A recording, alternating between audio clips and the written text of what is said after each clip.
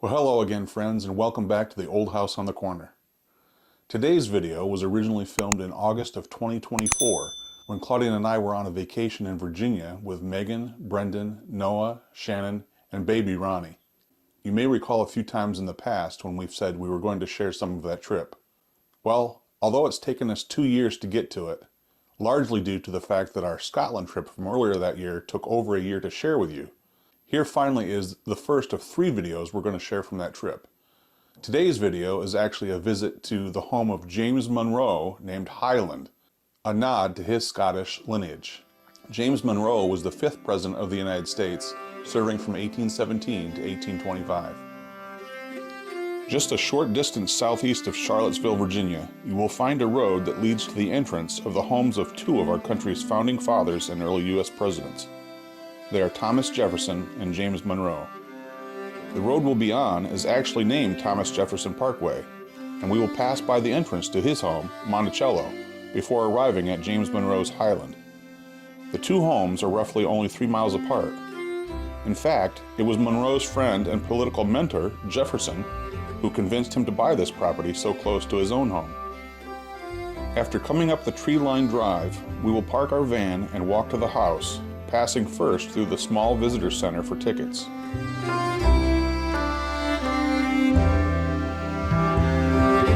I'll rotate our view of the property to correspond with our first photo you'll see.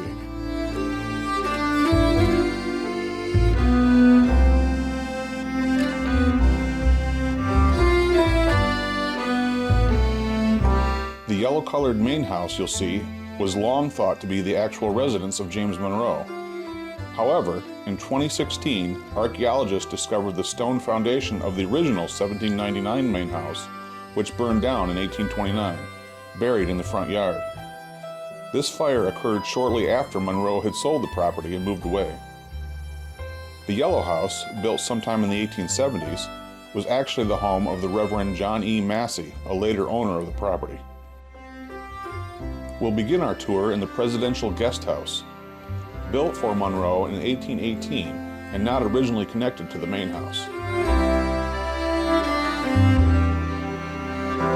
Here we'll see a writing desk and a copy of a letter Monroe had written to his son-in-law, George Hay.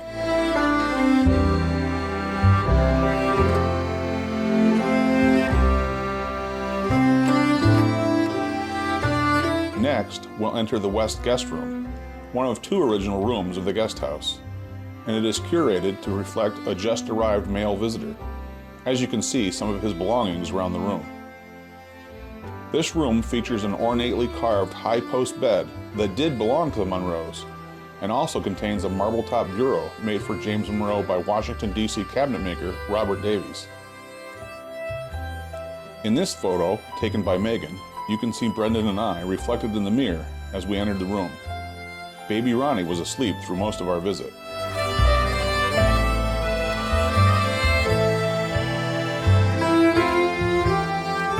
It appears rain is in the forecast. The East Guest Room also includes original Monroe family furnishings.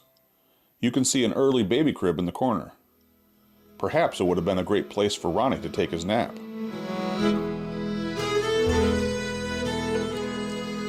As we entered the next room, Megan captured a glimpse of herself, Brendan, Shannon, and Noah in another mirror.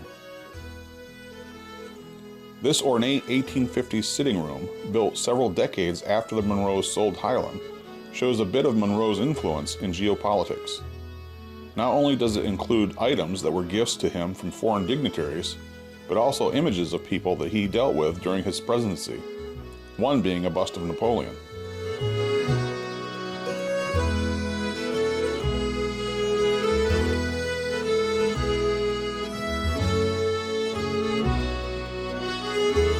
As we proceeded along the tour, it passes into the lower floor of the Massey house, where more of the Monroe family items are displayed, including furniture, images of family members, presidential china, and a sword and pistols owned by Monroe himself.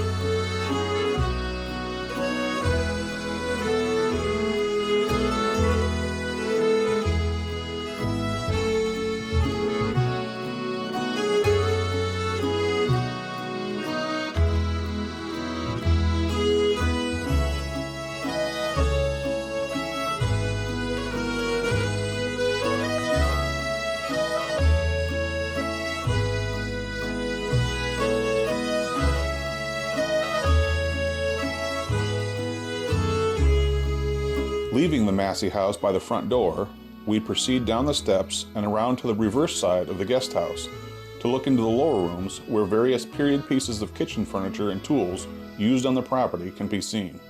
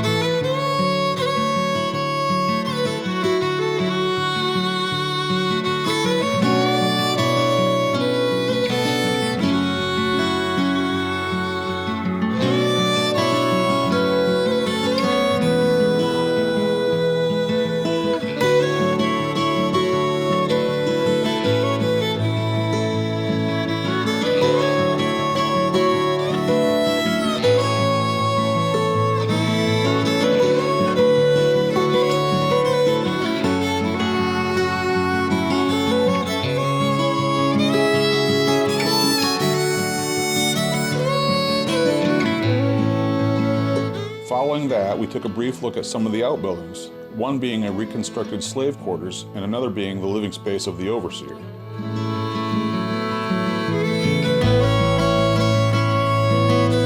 Wrapping up our tour, we headed out to the front yard again and into the hedge-lined garden that surrounds the statue of Monroe.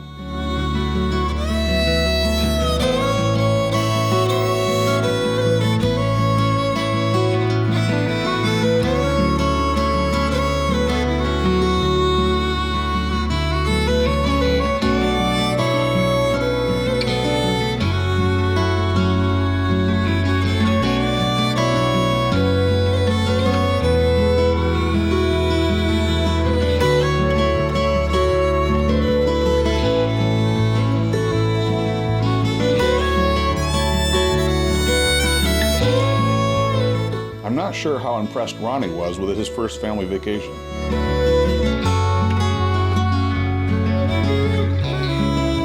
It was also one of our last family trips with Megan still at home before she and Jacob would get married the following summer. Now only Brendan remains as our last of 4 kids living in the old house with us.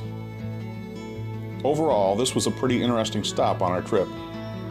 For more information about Highland and James Monroe, feel free to check the link to the Highland website and plan your own visit.